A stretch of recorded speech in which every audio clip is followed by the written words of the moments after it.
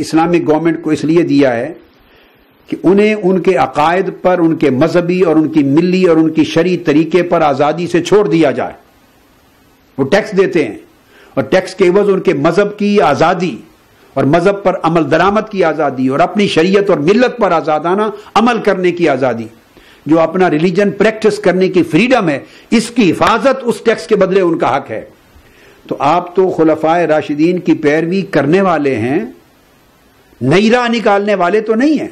انہوں نے اگر یہ عمل کیا ہے تو اپنے حق کو ادا کیا ہے، اس عقد ذمہ کو ادا کیا ہے کہ چونکہ وہ ٹیکس دیتے ہیں لہذا وہ اپنے مذہب میں آزادانہ عمل کرنے کا حق رکھتے ہیں. چونکہ ان کے مذہب میں اس قسم کے نکاح حرام نہیں ہیں، اسلام میں حرام ہے، تو اسلام کا قانون ان پر کیوں لاگو کیا جائے؟ اس کا مطلب یہ ہے کہ ہم انہیں ان کے اپنے مذہب کو آزادی سے پریکٹس کرنے میں رکاوٹ ڈال رہے ہیں. یہ امام حسن بصری رضی اللہ تعالیٰ نے جواب دیا. اب آپ اندازہ کیجئے، ہے اسلامک سوسائٹی ہے، اسلامی معاشرہ ہے، اسلامی ریاست ہے، اسلامی سلطنت ہے، اسلامی حکومت ہے، اسلامی قوانین ہیں، اس میں تحفظ حاصل ہے ان مائنورٹیز کو، مگر ان کے مذہب، ان کی ملت، ان کی شریعت، ان کے قوانین، اس کی حفاظت اور اس پر آزادی سے ان کو عمل کرنے کی اجازت، اس کا اتنا بڑا احترام ہے جس کا کوئی تصور بھی نہیں کر سکتا آج کی دنیا. یہ بھی حکم تھا جو حضور نبی اکرم صلی اللہ علیہ وسلم کے ارشادات میں بھی ہے اور خلفائے راشدین کے طریقوں میں بھی ہے. سیدنا فاروق اعظم رضی اللہ تعالیٰ عنہ لشکروں کے، اسلامی لشکروں کے عمراء کو اور وہاں کے گورنروں کو لکھا کرتے تھے کہ جب تم فتوحات حاصل کر لو اور ٹیکس عائد کرو، مسلمانوں پر تو ٹیکس معلوم ہوتے تھے، معروف ہوتے تھے، انہوں نے زکوٰۃ دینی ہے، انہوں نے خراج دینا ہے، انہوں نے عشر دینا ہے، انہوں نے یہ ٹیکس دینے ہیں، مسلمانوں کو تو معلوم ہوتے تھے، وہ تو نئے سرے سے نافذ کرنے کی ضرورت نہیں تھی. اسٹیٹ وے اسلامی گورنمنٹ قائم ہوئی، اس دن سے مسلمانوں کے جو شرعی ٹیکس ہیں اور واجبات ہیں وہ اور صدقات ہیں واجبات، وہ ادا کرنا ان پر لازم ہو گئے. نان مسلمز کے لیے اعلان کر دیا جاتا تھا، ان کا ایک ٹیکس تھا جو ان تمام مسلمانوں کے کئی ٹیکسز کے بدلے میں ان پر ایک ٹیکس تھا. اب اس ٹیکس کی صورت میں انہیں وہ تمام مراعات ملتی تھی، پریولیج ملتے تھے، سیکیورٹیز ملتی تھیں، اور ان کو وہ سارے ایکویلٹیز لا کی ملتی تھی، تحفظات ملتے تھے جو مسلمان کئی ٹیکسز دے کے حاصل کرتے تھے. چنانچہ اس میں استثناء کا سیدنا فاروق اعظم نے حکم دیا، فرمایا کہ جب ٹیکس عائد کرو تو اس میں افراد کو گنتے ہوئے عورتوں اور بچوں پر ٹیکس عائد نہ کرنا، اور صرف ان مردوں پر ٹیکس عائد کیا جا سکتا ہے جو بالغ ہو گئے ہوں. یہ سیدنا فاروق اعظم رضی اللہ تعالیٰ عنہ کا آرڈر تھا. اسے امام عبد الرزاق نے المصنف میں روایت کیا حدیث پاک میں، حدیث نمبر 19,273، اور امام عبد الرزاق نے المصنف میں دوبارہ حدیث نمبر 10,090 کے طور پہ بھی اس کو روایت کیا، دو مقام پر. اور امام ابن ابی شیبہ نے المصنف میں حدیث نمبر 32,636 اور 32,640 دو رقوم پر اس حدیث کو روایت کیا ہے. اس کو امام بہقی نے سنن کبریٰ میں روایت کیا ہے، پھر امام ابن حزم نے المحلہ میں روایت کیا، امام ابن قدامہ نے المغنی میں اس کو بیان کیا، امام عسقلانی نے تلخیص الحبیر میں اس کو بیان کیا. اسی طرح یہ بھی اسلامی قانون میں ہمیشہ رواج پذیر رہا کہ ٹیکس وصولی کے لیے نان مسلم مائنورٹی کو ایک ہی ٹیکس ہے جس کے عوض وہ سارے حقوق، ساری مراعات اور سارے تحفظات وصول کر رہے ہیں، ایک ہی ٹیکس. اس ٹیکس کے باوجود اگر وہ ادا نہ کریں، اس میں تعمل کریں، تاخیر کر دیں، ادا نہ کر سکیں، تو ان کو ٹیکس آفیسرز کو حکم تھا کہ وہ غیر مسلموں پر تشدد نہیں کر سکتے. ٹیکس کی وصولی کے لیے تشدد کرنا بھی ممنوع تھا. اور سیدنا فاروق اعظم رضی اللہ تعالیٰ عنہ کے ریٹن آرڈرز تھے، اور یہی سٹینڈنگ پالیسی تھی پوری خلافت راشدہ اور تمام ادوار اسلامی سلطنت کی.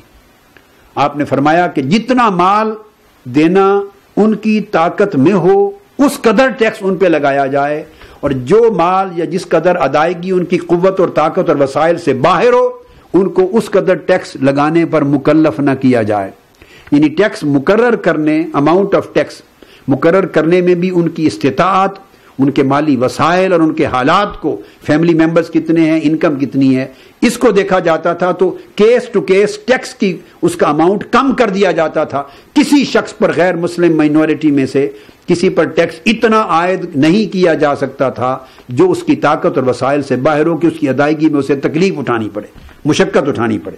اسی طرح یہ جو امام ابن قدامہ کا ریفرنس ہے اس میں فرمایا کہ سیدنا علی شیر خدا رضی اللہ تعالیٰ عنہ کا اپنا دور خلافت میں جو حکم تھا،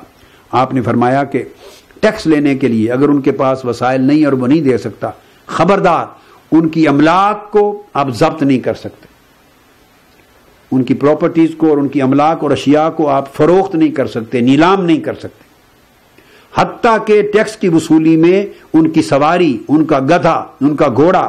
ان کی گائے، سردی گرمی سے بچانے کے لیے ان کے کپڑے، جو چیزیں ان کی ضروریات ہیں استعمال کی ہیں، انہیں نیلام کر کے بھی ٹیکس وصول نہیں کر سکتے۔ اگر وہ تمام ضروریات کی چیزوں کو بچا کر ٹیکس ادا کرنے کی پوزیشن میں ہے، اس سے وصول کرو، اگر نہیں دے سکتا تو چھوڑ دیا جائے۔ یہ سیدنا علی شیر خدا رضی اللہ تعالیٰ عنہ کے دور خلافت کے سٹینڈنگ آرڈرز تھے۔ اس کو امام ابن قدامہ نے المغنی میں جلد 9 صفحہ 291 میں روایت کیا۔ پھر سیدنا علی شیر خدا رضی اللہ تعالیٰ عنہ کا ایک اور حکم جو سٹینڈنگ پالیسی تھی اسلامک اسٹیٹ کی، جب بھی کسی علاقے کا گورنر مقرر کرتے، کسی علاقے کا ٹیکس آفیسر مقرر کرتے، ٹیکس کمشنر مقرر کرتے، گورنر مقرر کرتے، عامل مقرر ہوتا، سیدنا علی شیر خدا اس کو ہدایت دیتے، ایک پرماننٹ اسلامک اسٹیٹ کی پالیسی دیتے، اور اس پالیسی کا ذکر امام ابو یوسف نے کتاب الخراج صفحہ 17 پہ کیا ہے، اور وہ پالیسی کے الفاظ یہ تھے، فرماتے ان کے سردی گرمی کے کپڑے غیر مسلم مائنورٹیز کے، ان کے کھانے کا سامان، ان کے جانور جن سے وہ کھیتی باڑی کرتے ہیں، اور اس طرح ان کی ضروریات زندگی کی تمام چیزیں، ان کو نیلام کر کے یا ان کو بیچ کر آپ اپنے ٹیکس وصول نہیں کر سکتے، خبردار اس کی ممانعت ہے۔ اور کسی کو درہم وصول کرنے کے لیے، ٹیکس جو غیر مسلم مائنورٹیز کا ہے وصول کرنے کے لیے کوڑے مارنے کی بھی اجازت نہیں ہے، اور کسی کو سزا کے طور پہ کھڑا رکھنے کی بھی اجازت نہیں ہے، اور کسی کا سامان نیلام کرنے کی اجازت نہیں ہے، اور جو ان کے حاکم بنائے گئے ہیں ان کے اوپر ٹیکس وصول کرنے کے لیے انہیں حکم ہے کہ ٹیکس وصول کریں مگر نرمی سے وصول کریں، جو آسانی سے ادا کر سکیں وہ وصول کر لیا جائے، جو ادا کرنا ان کی طاقت سے باہر ہو وہ چھوڑ دیا جائے۔ فرمایا اگر تم نے میرے حکم کے خلاف عمل کیا تو اللہ میری بجائے خود تمہیں سزا دے گا، اور اگر مجھے تمہاری خلاف ورزی کی خبر پہنچی تو میں تمہیں معزول کر دوں گا۔ اسلامی گورنروں کو، ٹیکس کمشنرز کو اور دیگر آفیسرز کو جو غیر مسلم مائنورٹیز کو ڈیل کرتے تھے، ان کے علاقوں کو ڈیل کرتے تھے، ان سے ٹیکس کی وصولی جن کی ذمہ داری تھی، فرمایا کہ اگر یہ خبر مجھے پہنچ گئی تو میں تمہیں برطرف ڈسمس کر دوں گا تمہارے آفس سے، اور اگر مجھے خبر نہ پہنچی، تم نے چھپا لی یہ بات، تو اللہ رب العزت اس سزا سے زیادہ تمہیں سزا دے گا جو میں نے دینی تھی۔ اب اندازہ کریں یہ حکم بھی امام ابو یوسف نے کتاب الخراج صفحہ 17 پر سیدنا علی شیر خدا رضی اللہ تعالیٰ عنہ کا روایت کیا۔ اسی طرح سیدنا فاروق اعظم رضی اللہ تعالیٰ عنہ نے ایک خط لکھا اپنی انسٹرکشنز پر، پالیسیز پر مبنی، وہ شام کے گورنر کو حضرت ابو عبیدہ بن الجراح رضی اللہ تعالیٰ عنہ کو، اور ان جو احکام اور پالیسیز بھیجی ان میں ایک یہ بھی تھا کہ مسلمانوں کو کسی لحاظ سے غیر مسلم مائنورٹیز پر ظلم کرنے اور معمولی سا بھی نقصان پہنچنے اور ناجائز طریقے سے ان کے مال کو تلف کرنے کی اجازت نہیں ہے۔ اس حکم کی سختی سے عمل درآمد کو یقینی بنایا جائے،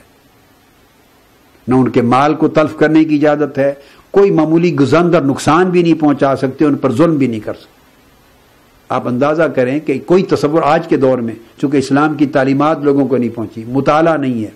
ڈیپتھ میں سٹڈیز نہیں ہے، واسٹ نالج نہیں ہے اسلام کا، ایک بڑا منفی امیج بدقسمتی سے، کچھ لا علمی کی وجہ سے، کچھ غلط پریزنٹیشن کی وجہ سے، بعض لوگوں کی نادانی، کوتاہی اور جہالت کی وجہ سے پیش کر دیا گیا۔ اب آپ خود سوچئے کہ کیا یہ تصور میں تھا؟ سامعین سے پوچھ رہا ہوں، کتنے ہیں آپ میں سے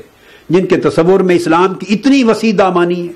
اتنی وسعت ہے، اتنی رحمت ہے غیر مسلموں کے لیے، اتنی شفقت ہے، اتنا عدل ہے، اتنا انصاف ہے، بلکہ اس سے بڑھ کر اتنا احسان ہے